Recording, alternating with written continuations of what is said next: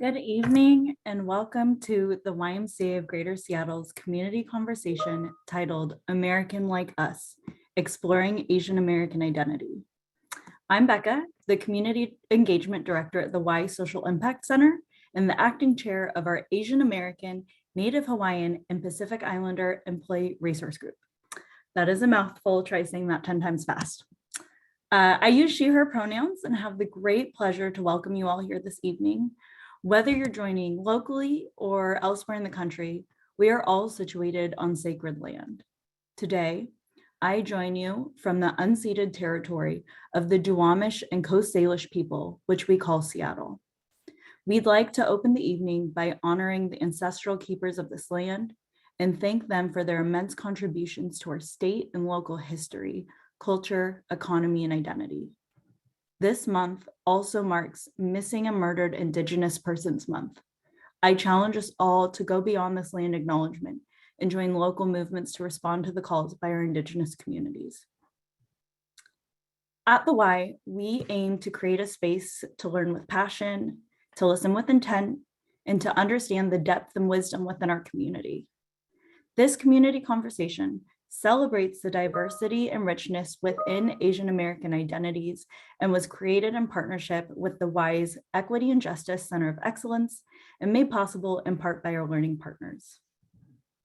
This evening, we will listen and learn from Asian and Asian American members of our community and how they balance pressures of assimilation with those to preserve their heritage. It's a question many Asian Americans ask themselves. Situated in between a multitude of pressures to both conform to modern America and remain rooted in tradition. Each of us has a unique experience that makes up a myriad of stories of Asian American identity. I am so glad that you're all here to join us in an important discussion that explores the history of the AAPI label, the balancing act Asian Americans face, the pressure of representation, the model minority myth, and the newest call for racial data disaggregation. There's lots to discuss, and I'm happy to make this next introduction for our moderator. Trish Villanueva is a 13-year Y professional and currently serves as a branch executive with the YMCA of Greater Seattle. She was born in the Philippines, and her family immigrated to Atlanta, Georgia when she was 4 years old. Trish is the national chair for the Asian Pacific Islander Leadership Network Employee Resource Group and serves on YUSA's Diversity, Inclusion, Global and Multicultural Development Leadership Council. In addition to her national roles, she is also an active member of the local Asian Pacific Islander and LGBTQIA+ resource networks. Trish describes herself as a lifelong learner and change agent, striving to become a better leader and a better person every day. I have had the great honor to work with Trish myself and have seen firsthand her strength, advocacy, and tenacity. I am leaving you in great hands this evening, and I'm so excited to hear from our panelists. And I'm sending it over to you, Trish. Thanks, Becca. My apologies for all those acronyms I made you work through. Great job. Hi again, everyone. My name is Trish Villanueva. I'm the branch executive with one of our YMCA of Greater Seattle branches. I'm so excited to be here and so excited that you've joined us. Welcome again to the API Y community conversation entitled American Like Me, Exploring Asian American Identity. We have some very important issues to tackle in relation to Asian American identity. During our time today, we'll be looking at the historical context of the racial categorization of Asian Americans, the impact of practices and policies that have created the Asian American identity crisis. Before we jump into the conversation, let me take a moment and introduce our guest panelists for this evening. I'm so excited to hear from all three of them. I'll introduce them and give them each an opportunity to tell you more about who they are. First, Tracy Lai, professor instructor at Seattle Central College, Women and Asian American Ethnic Studies. Next, Dr. Lin Nguyen, assistant professor of American Ethnic Studies with the University of Washington. And third, Paresh Mundadi, Y community member, engineering manager for Amazon, Bollywood dance instructor, and program manager for CRY, Child Rights in You, America. So let's get to know our panelists just a little bit better. We'd like to go ahead and provide a space for each of the panelists to introduce themselves, the role they serve in, preferred pronouns, and share the work that they're doing. Professor Lai, let's start with you. Thanks so much, Trish. Hello, everybody. It's an honor to be part of this conversation. My name is Tracy Lai, preferred pronouns she, her. I am a third generation Chinese American and a paper granddaughter, which means that my grandparents were detained at Angel Island Detention Center in San Francisco Bay. And my grandfather was only able to come as a paper son, not a blood relation of a Lai, and hence I bear that last name. I teach at Seattle Central Community College, and I teach history, American ethnic, and women's studies. So I'm really eager to be able to delve into some of those parts of our conversation. In addition to teaching, I'm an active member of my faculty union, American Federation of Teachers. We have a human rights committee, and over the weekend, we actually had a summit of community and labor organizations coming together. And as well, I work very closely with the Asian Pacific American Labor Alliance. We have a Seattle chapter, and it is a national organization, and it was formed 30 years ago to represent Asian and Pacific Islander workers in the labor movement. Thank you.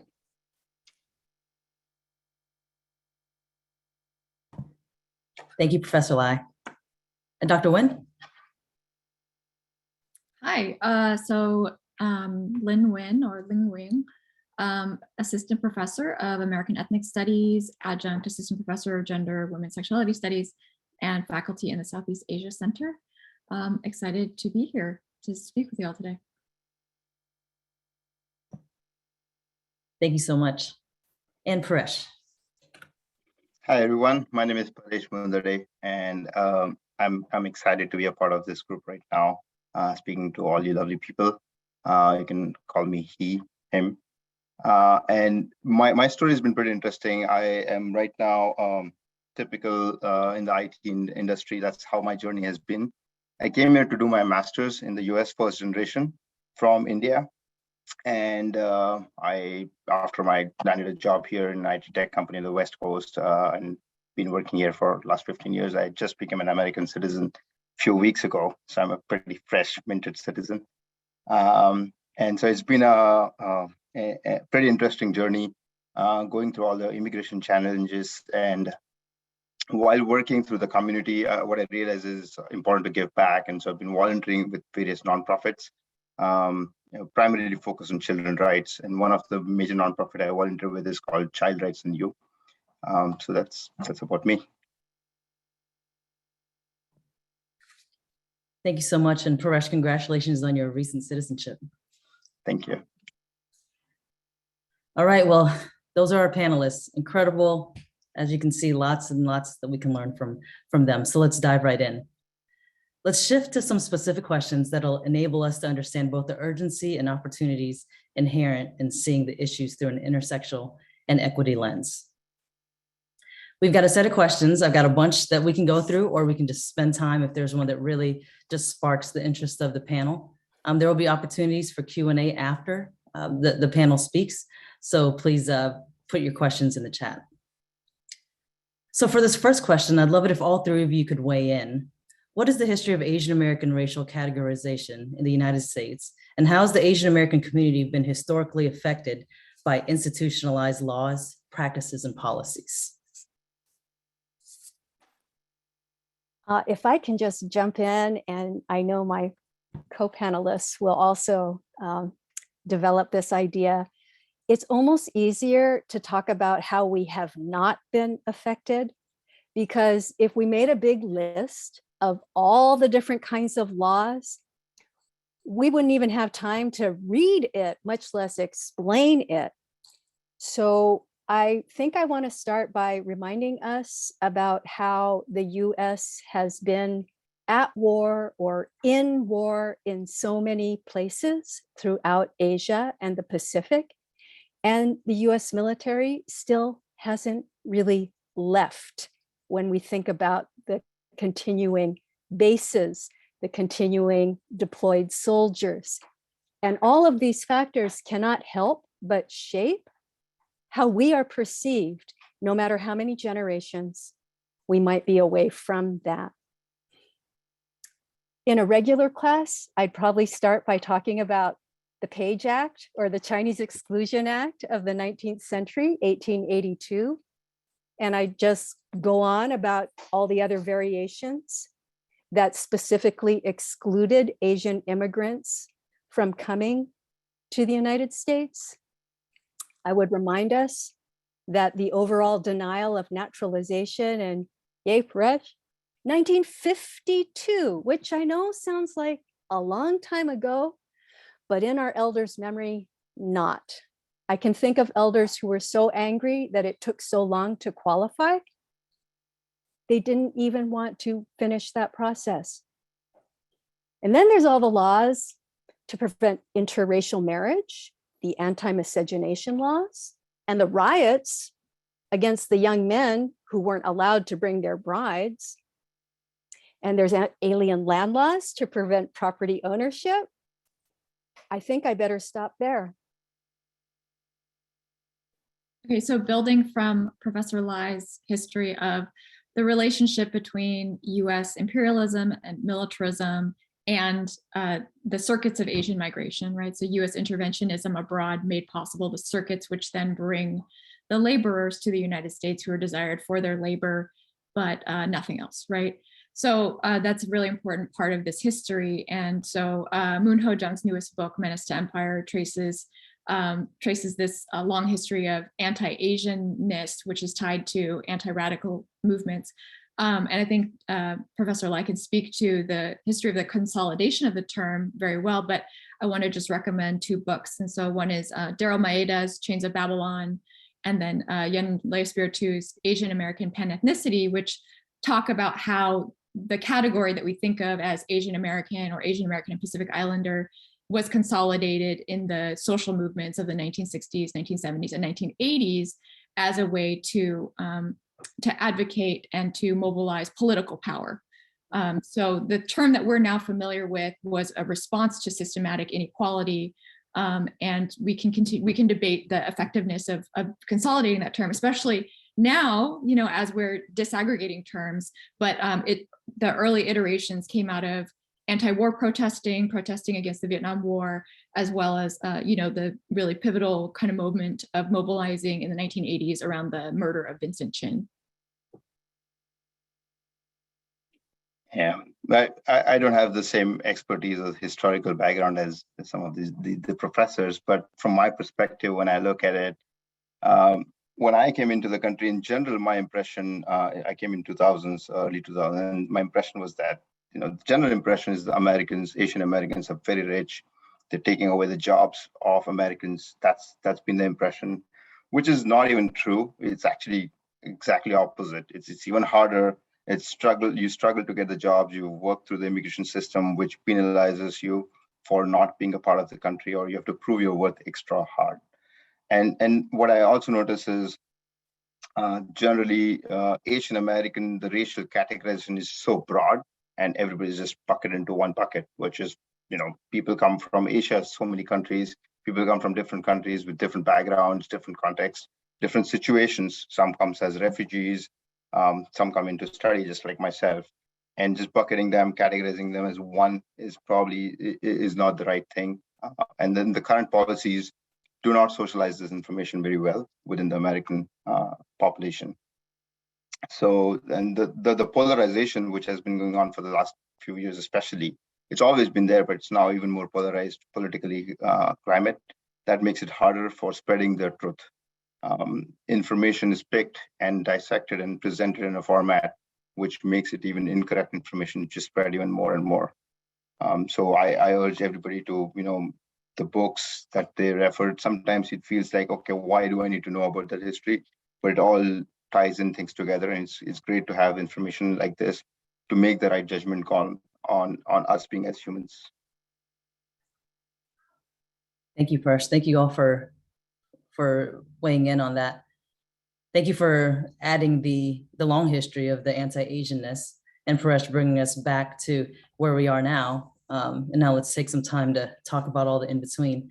So Paresh, you kind of started going down that road.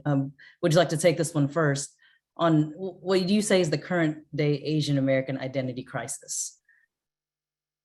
Sure.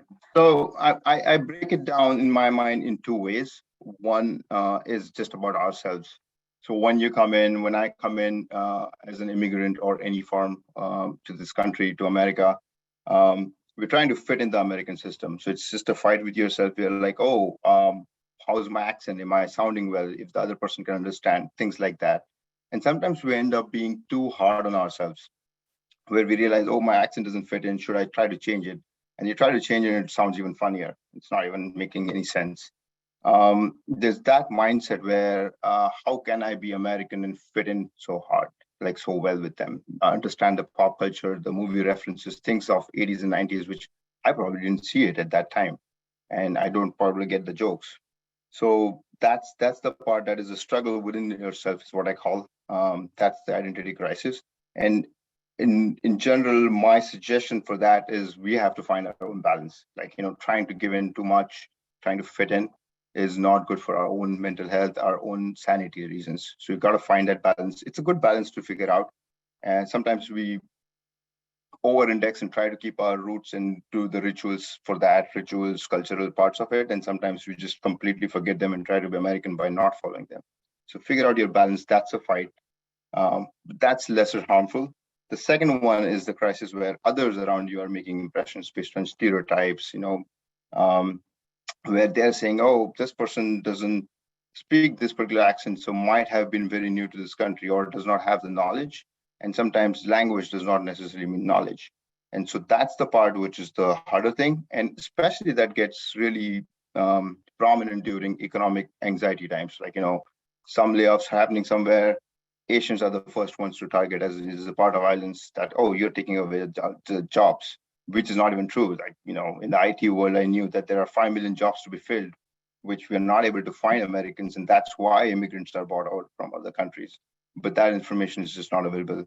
Now, what I found helping myself personally and, others around me is asking the right questions, asking clarification questions, whether it be about cultural references, whether it be about understanding the politics around it, how do the policies come into picture, who are the office bearers and things like that, finding those informations or asking the questions to people who are challenging you that you're taking away the jobs. And sometimes that's not a sign of weakness. It's good to ask and be out of the open.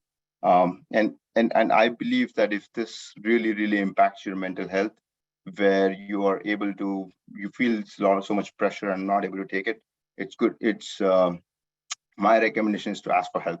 It doesn't hurt for asking for help. For a lot of people, especially from Asian reference, if you have a problem with your mental health, which means, something's wrong with you. That's not true. It's not a sign of weakness. Go out, ask for help. It's always better to do that as opposed to just sulking inside and feeling bad about your situation.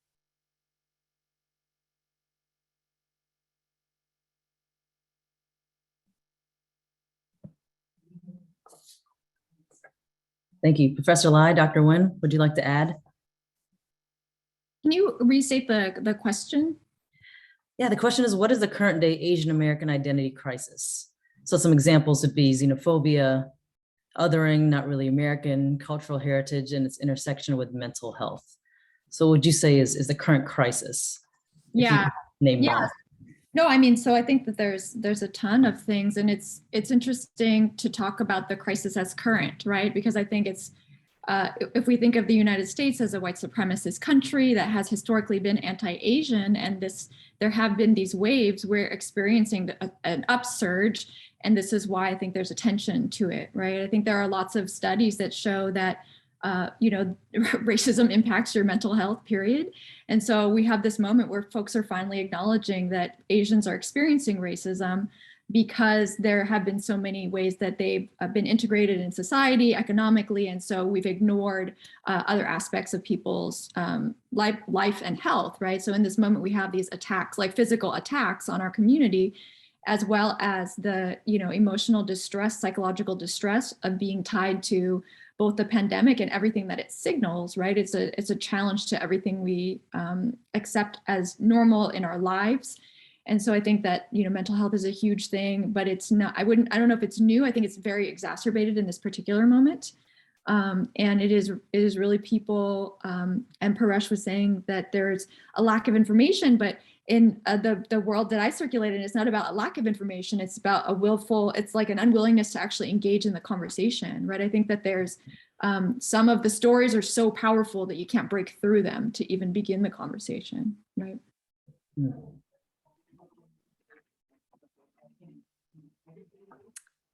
Yeah, thank you very much for that perspective. I agree with you. It's not really new. We might be shocked at the number of acts of violence and killings. And yet, when we look historically, there have, the tar and feathering of Filipinos in Watsonville in the 1930s.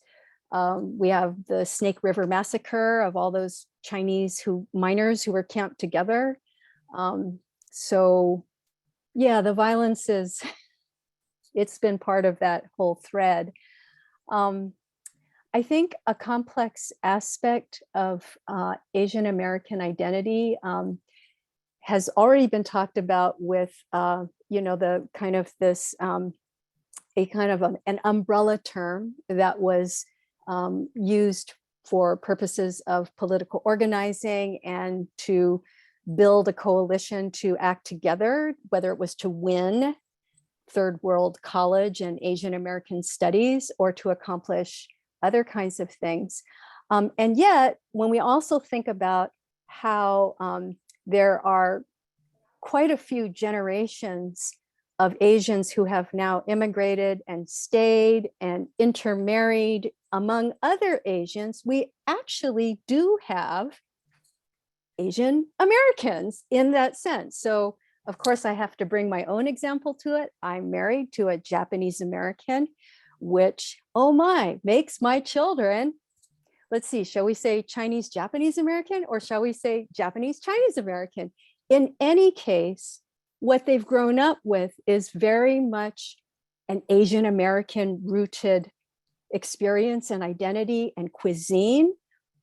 We're reminded by elders on both sides of our families that in fact, the Japan that they came from is pre-World War II. So it's actually very different than the cosmopolitan Japanese and Chinese students who are in my classes and always have new things to teach me. And they puzzle over, how can I be and sound as I do? What does that make me? Because my not very good Chinese is really not just not very good, it's very not modern.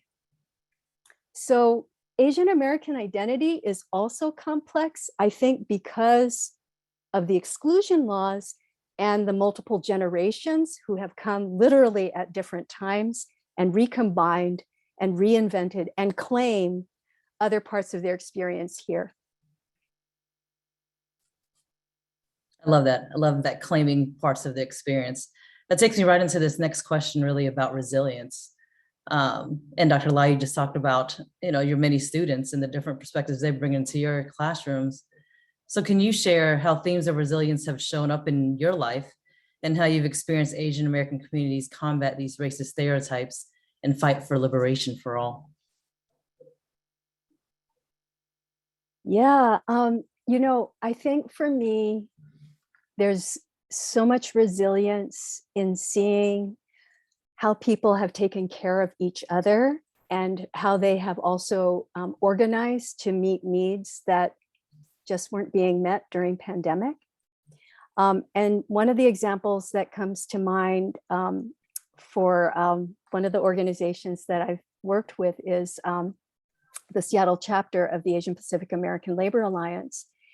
And one of the things we understood very quickly is that members of Unite Here Local 8, who work like in the hotels, housekeeping and so forth, that of course with pandemic, they were being laid off in huge numbers, like 80% lost their jobs.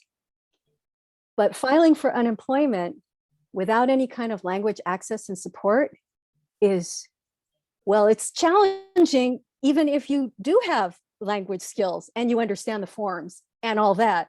So one of the things that our Apollo chapter did was we figured out, we made a hotline, we got volunteers, we got bilingual, multilingual volunteers. And if people didn't have very good skills, we like me would stumble along with the help of other people.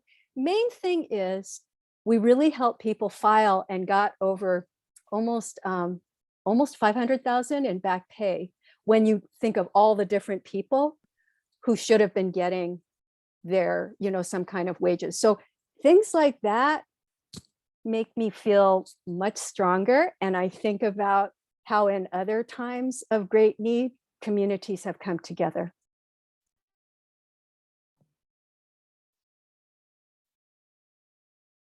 Dr. Nguyen, did you want to chime in? Saw you lean in. I thought you were hitting your unmute button. I'm in about talking about resilience in general. Yes. So this question always makes me, gives me pause because not that there's not amazing stuff that's happened, right? Like, so Professor Lai's work with labor organizing, all of the mutual aid work that's popped up. But I also feel like that when people ask this question of resilience, it's like, I know tons of Asian people who are, like, we're not just sad and oppressed people, right? Like, so I think like this question is always like people, I know tons of people who are so resilient and amazing and doing amazing things. And we're always, succeeding in the face of adversity. And so the question of like giving examples of resilience always gives me some pause because I'm like, I don't know anybody who's that like figure of a downtrodden, like, oh, so I'm like, my sisters, my family went through so much stuff the past year with health issues and stuff. And still, like, I think that the pandemic's been really difficult for lots of folks. Like my mom's a manicurist, so it was really hard. My mom's a manicurist in California. And so when they blamed the nail salons for COVID early in California, I was really worried about her. Right. And at the same time, if I ever talked to my mom about resilience, she would be like, what are you talking about? This is like, you do life every day. And I think that we have this great capacity to do all these wonderful things. And I just remember one time students asked me to reflect on this question of like, how do you celebrate Asian American Pacific Heritage Month? And I was like, I don't celebrate this month. I celebrate Asian Americans every single day. And this month is just so like schools and institutions will give us a little bit of money so we can like pay cool people to come talk to us and do events, right? So that's usually my response to the question. Great response. And I hear you. My mom's actually on this call. I saw her number in the on the list. So talk about resilient and definitely succeeding in the face of adversity. I agree with that. We've learned from one of our ancestors and our communities around us and those that have come before us of how to continue on. It's not a fight that has ever stopped. Paresh, did you want to weigh on that? Resilience?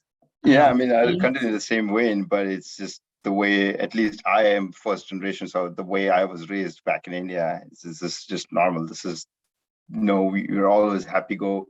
It's a fight that you put on in life all day long. And fortunately, I've been pretty fortunate, to be honest, that I haven't really, living on the West Coast, I think it's still a way better experience in general, where you don't experience anything in terms of difficulties around working with Americans. But in general, if there is some challenges that you face through, you just come together and resolve them. So, I've used lots of Facebook groups where we've joined together to help people.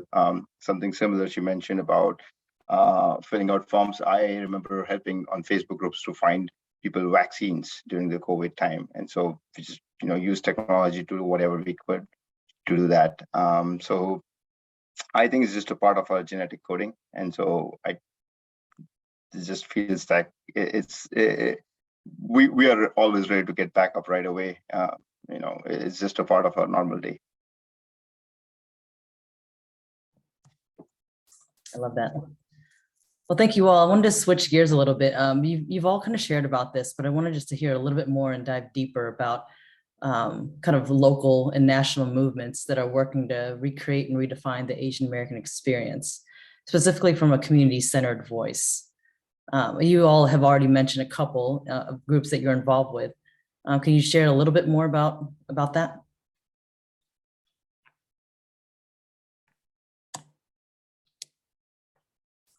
I'll repeat the question. I know they're long questions. Can you share local and national movements that are working to recreate and redefine the Asian American experience from a community-centered voice? I can go first. I have just noticed of late in schools, my child goes to a first grade class, and I'm just noticing that some of her work about coloring or just general quiz involves talking about, festivals like Ramadan, Diwali, Chinese New Year's, and things like that. And it's taught in a very interesting way that I love, that there's no religious indoctrination or anything like that. It's just, normalizing the information. It's all about sharing the information, which people get to know. And so when my daughter, right now, the way she perceives it's not out of normal. Oh, why is this person fasting for a month? Or why is this being done this time of the year? It's just normal information that she's learning. So I find that pretty good method of starting in the school itself to educate about all the different aspects in the world, especially Asia in this particular case, and normalizing that.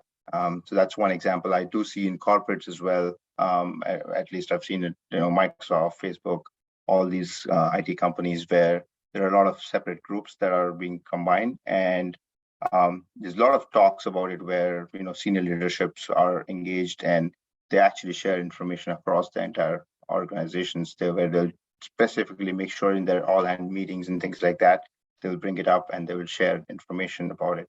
And so that kind of helps spread the knowledge, so people who are open to listen stuff imbibe and learn new things. So I do find a lot of that organically happening, and I think it will take quite a few years or maybe decade, but I'm seeing progress there from my point of view.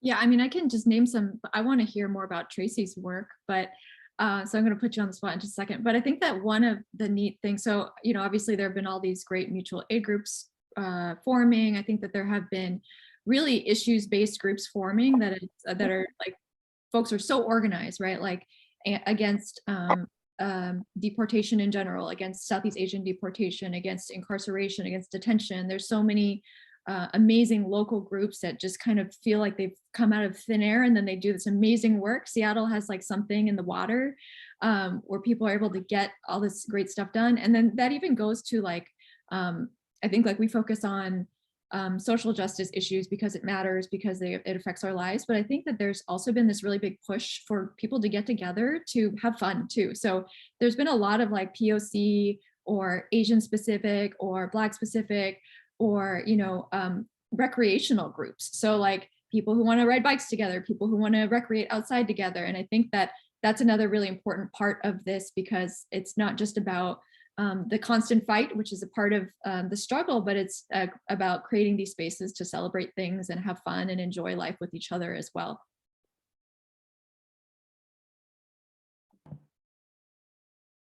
I like that example that you gave, Lynn. And I think you made a suggestion about, weren't we in a meeting at the Wing Luke Asian Museum, and we were, Charlene Monod and other people in the education program were inviting people to share ideas about, what other kinds of activities they might be sponsoring. And so I think the idea had to do with riding bikes, doing like a historical bike ride that focuses on Asian American history, something like that. Yeah, I'll sign up. I've been interested in oral history collection for a long time, and I'm thinking really fondly of very long ago, women's studies, women of color history course taught by Professor R.T. Young, which kind of was my very first time all by myself to do an interview with a community member. And I was so lucky because the person who agreed was an elder named Tomo Shoji, Japanese American. She really enjoyed herself. I learned so much. And she later really took that interview a lot further and produced a one-woman show at the age of 80 something. It was brilliant. Okay, oral history doesn't always lead to one-person shows, but in so many ways, that is literally voices of the community. And I love seeing either locally efforts like Densho Japanese American Legacy Project, which has an enormous collection of digitized oral histories, as well as many other, they might be smaller in number, but so important, the stories that are being collected in various cities, regions. Some of them are doing the right thing, which is to do it bilingually. And then the harder thing to figure out how then to make it accessible to more people who might not be fluent and completely able to understand the interview as it was first given. I do think that is a really important way for us to capture those first person experiences, and also to be able to tell our lives as they are instead of as they are being studied. Well, don't get me wrong, studying is really important. And well, hey, scholars, that's part of what we do. But at the same time, there's that very real part where, if we don't have people tell their stories as they experience and as they remember them, then there's just so much that can be lost that way. I do want to mention that, I think it's about a year ago that there was that PBS Asian American documentary series,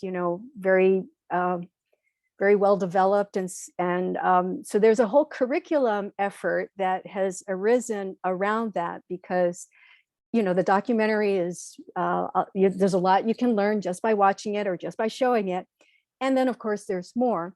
So if people feel like looking into the Asian American Education Project, they are trying to take it a lot further. And I'm really interested in where they might land as they do that.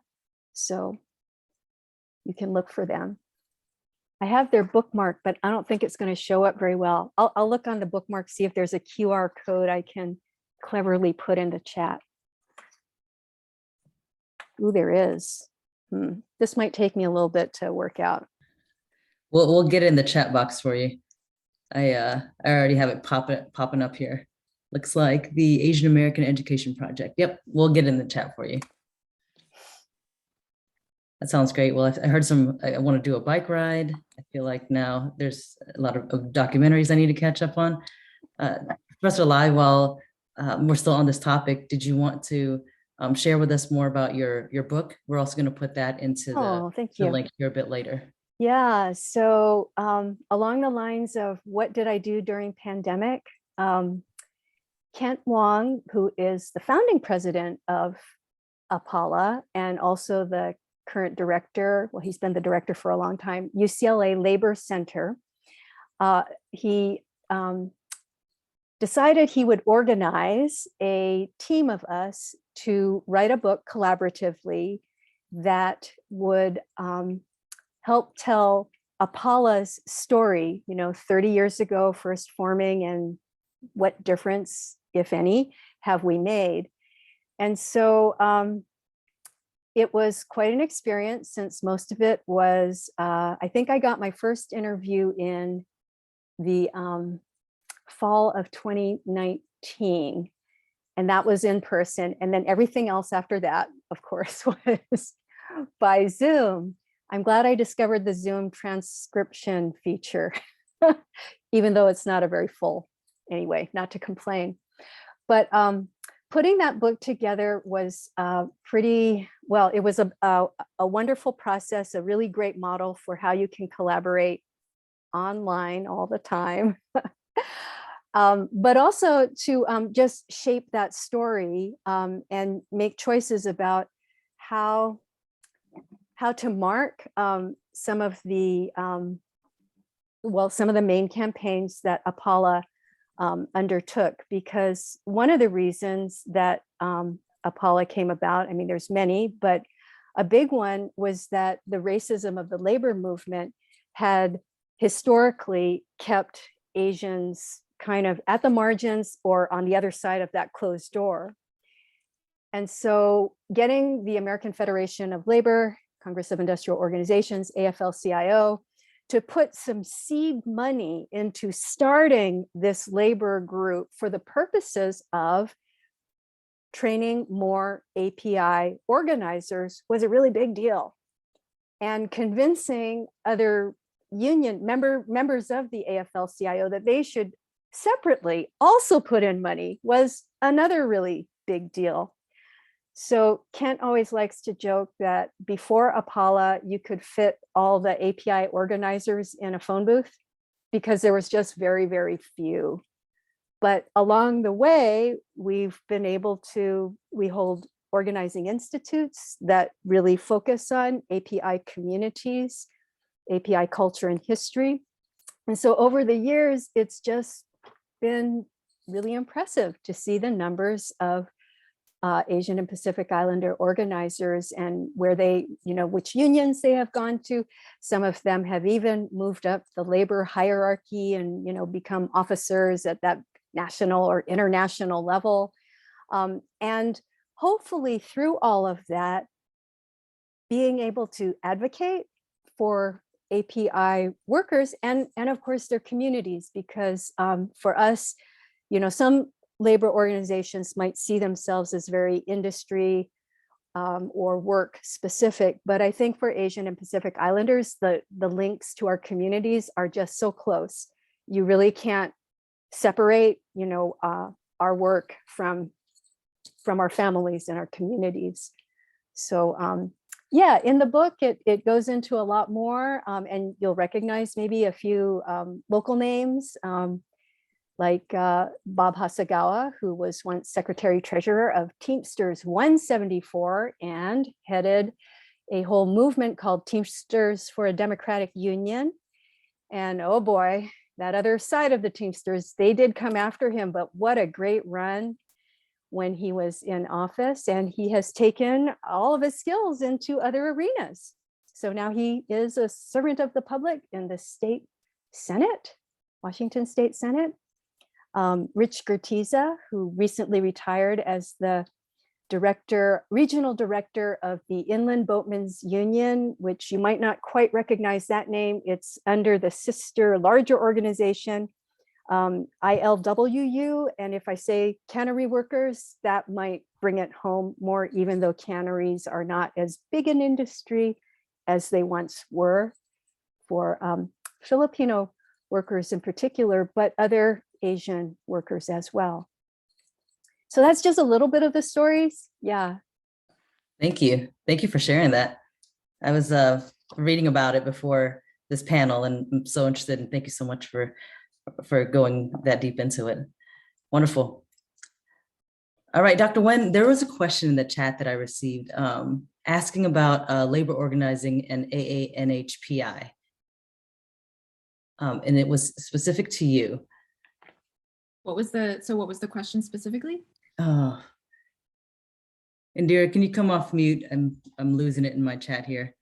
Sure. I think the question was more around, could both the other panelists also talk about their perspective of labor organizing and how, because it may not be is well known how the Asian American, Native Hawaiian, and Pacific Islanders have been involved in, looks like, labor organizing. In general, so yeah, so I can speak to just a couple examples, but I think Professor Lai is a historian of labor, so that's probably the person you really want to hear from. But I mean, so we have,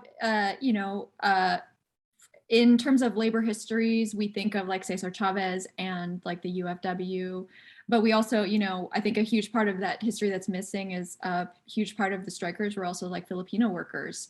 right? And so our labor movements have always been multiracial because it's really it's been about that intersection of race, class, and gender and sexuality, and the axes of power that you interact with, which makes certain kinds of labor available to you and others not available to you. So it's always been pretty multiracial in terms of the ways labor movements have happened. Specifically thinking of, laborers on the West Coast working in shared conditions of farming and canning and things like that. So that's like one really clear example that I can think of. Tracy, as I gather more.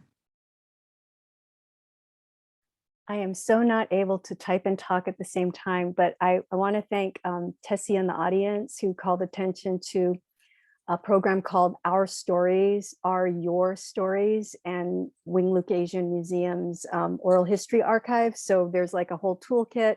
So if anybody listening is thinking, I need to do this, there are many toolkits and this would be one of them. And I'll finish that chat at another point when I when I can. And now I've probably lost the thread, but Lynn, I trust you. No, so more examples of Asian American labor organizing, right? So okay. So other groups that have come together. Here's this. 40 years ago, almost exactly, early June. So 40 years ago, like 1982, we're really walking it back. Over 20,000 Chinese garment workers went on strike and closed New York City downtown. And it's fascinating because not only is it the largest number of garment workers, much less mostly this one ethnicity, but women workers in general, and that ought to be on everybody's important fact to know, because we admire what the Amazon workers are doing, or I do. I admire the efforts among the Starbucks workers. But when you think about kind of like, the number of workers in the particular site, now that, of course, the Amazon warehouses, those are huge, but still 20,000, they would have been our aunties, moms. My grandma, she was a garment sweatshop worker in San Francisco, Chinatown. That's who was out with the picket signs in Chinese. They were chanting. It was amazing. So, yeah, so hearing you speak about that made me think of, obviously, Iowa, right? Asian immigrants, right? So in the Bay Area, who organized in the 90s against Jessica McClintock, right? Yep. Who fought for their wages when the subcontractor was not going to pay them, right? They organized. I think another big part is there are lots of these labor histories that are not documented, or folks fought and they didn't win the specific thing that they wanted, but it led to something bigger, right? So even though we know that Chinese laborers laid all the railroad track, from the Midwest to the West Coast, there were multiple labor issues that were happening at that time, right? People were fighting for, more money, better food, better conditions. And so I think that there's like this constant, people have challenged the conditions of their labor in lots of ways, whether we call it organized, whether it becomes an organization or not. This is a long part of our history. Yeah. Thank you so much. And I saw a lot of other resources get dropped in the chat as well. So it seems like that could be a whole separate topic that we can highlight next time. Well, it looks like we have just under 5 minutes left in the panel discussion. So I wanted to give everyone an opportunity to answer just one more question. If you all could weigh in on this one last question. How do we continue anti-racist practices that challenge binaries and enable us to embrace our shared and unique identities? So I know, Paresh, you did mention kind of the bipolarization earlier on and kind of what we have in front of us right now. What's your answer to this one? I mean, in general, I have a very interesting theory. I guess I'm also very positive thinking in that context. But my theory is that, as more and more people, even if there is polarization, that's always existed in the society in different forms and format. And now with the social media and everything right in the forefront, there's much more information. And while you have much more information in front of you, there's also much more misinformation in front of you. And so just having this conversation, the dialogue is what's going to make it go away or fix it. There's no way that, pointing fingers that, oh, you did that, or this is what's happening, this is the brutality happening. That is, I do not believe is going to actually solve. Only a consistent dialogue and positive approach is going to help solve this. I also have this very interesting theory. And again, I've been reading this book called Sapiens, and which is a pretty big history of human mankind. And so when in that context, I realized like, okay, we are very tiny pieces in that puzzle and things are constantly evolving. And so I have this theory that, I'm noticing at least West Coast is traditionally considered more international coast. A lot more people, Asian Americans, a lot more on the West Coast relative to, Midwest or central part or East Coast. And as businesses are moving around due to economic reasons, like, pandemic has exposed a lot of things, people are actually migrating a lot more. And my theory or my hope is that as people migrate and end up, you're kind of forced to live with people which have contradictory point of views, eventually you'll align. It may take a much longer time, but it will align. And so that's my hope is that, or my theory is that this will happen, and over a period of next decade or two, a lot of these myths around Asian Americans will vanish, and it'll become a homogeneous society, as so as to say.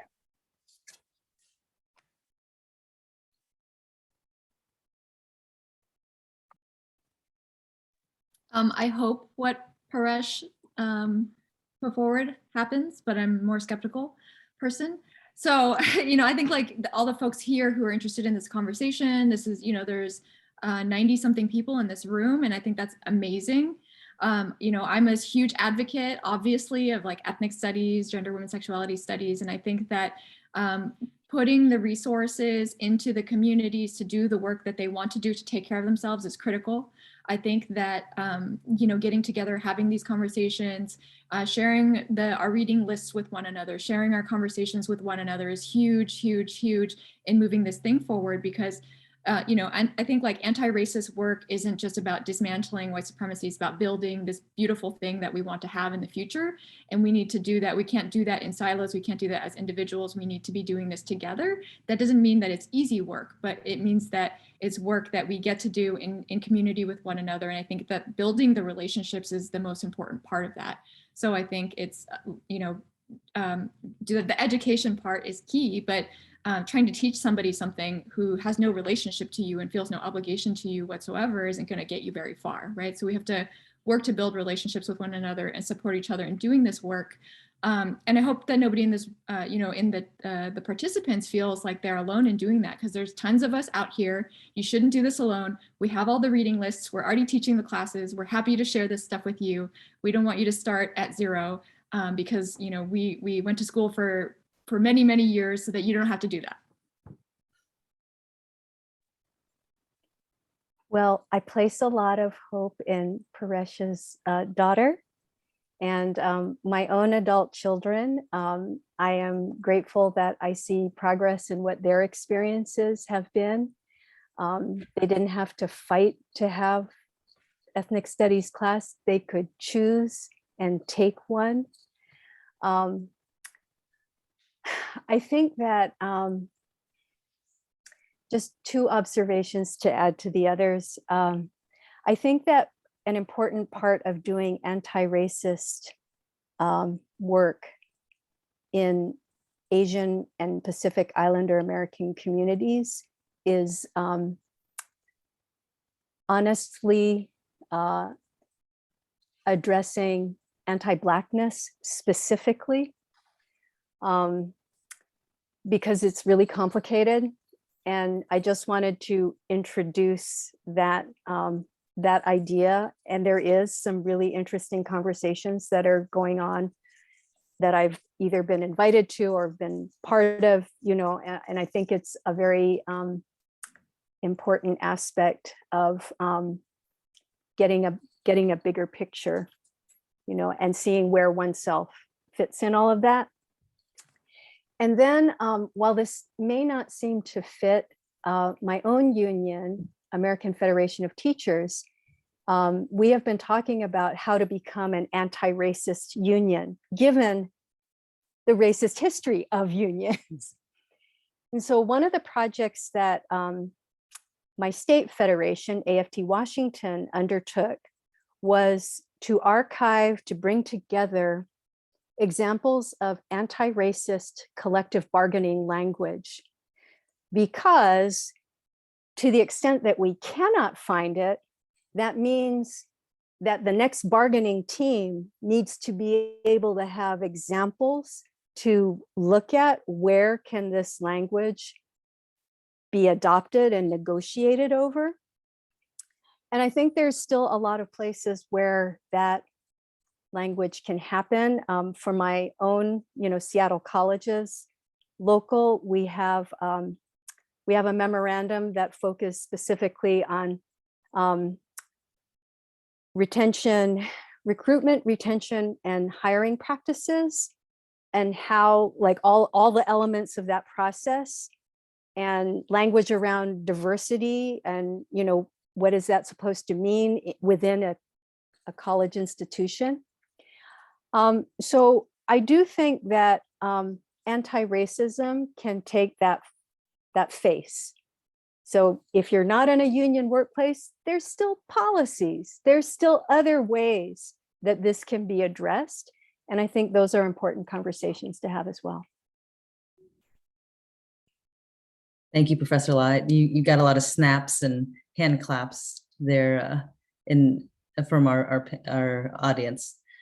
Well, gosh, thank you all so much. Looks like we're already getting close on time. I knew this would happen, and I was pushing for a series because now I feel like we can really extrapolate a ton from this and break out into more conversation. So I wanted to thank you all for being on our panel. I'll go ahead and close us now. And first, by thanking all the panelists for this rich discussion. This identity is a topic that's so complex and critical, and I knew there was no way we would even scratch the surface in 45 minutes. I personally wish that my younger self had a local YMCA to turn to support this learning, especially all of the many parts that you all mentioned that were left out of our school's history books on purpose. And I sure wish that my college had instructors like Professor Lai and Professor Nguyen to really help enlighten and empower the racial awareness much, much sooner. But like you said, Dr. Nguyen, we don't have to do this alone. If there are folks out there like me that are so inspired by everything that you all said, there are tons of resources, and we're going to share it here on the screen here shortly so that we can get more involved, so that we can start that learning journey or continue on that learning journey. For everyone in the audience, thank you for being with us today, and we really hope that this has been a meaningful conversation for you. Before we go, we invite you to share your feedback on a link that'll be shared in the chat box. And before you log off right now, we have a minute. If you could share one word to express how you feel about today's conversation, or perhaps a quote that our panelists said that really resonated with you, please share with us here in the chat box. It's hard to be the moderator and also be so enthralled in the conversation because I feel like I'm listening and writing all at the same time, but I know I definitely had quite a few. We also invite you to explore our resources, including Professor Lai's book, The Asian American Workers Rising, APLA's Struggle to Transform the Labor Movement. We'll share the PowerPoint with all those here that attended. Again, a big thank you to everyone on our panel. Thank you to everyone that joined us for today. And thank you to all of our partners that helped put on this community conversation. We invite you to stay connected for our next community conversation in June around Why Pride Month, and continue the conversation around struggle, strides, and celebration, conversations with individuals from the queer and transgender BIPOC community. This will be part of our LGBTQIAA+ Heritage Month offerings, which are free and open to all. Thank you for joining us and being here this evening, and stay safe. Thanks, everyone.